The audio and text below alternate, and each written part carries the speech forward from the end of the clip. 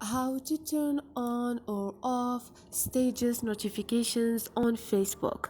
Hi guys, in this video I will show you how to turn on or off status notifications on Facebook. It's so easy and quick, so let's start. First thing, go to your Facebook app and now click on those three lines up there and click on the setting icon beside the search icon, and here click on notifications and scroll down until you find stages. And now you can turn on allow notifications on Facebook to turn off all these options, or just click on where you receive those stages notifications.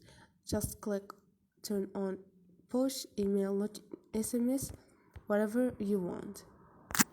So this is it guys, hope this video was helpful to you, and if you like the video don't forget to subscribe and like.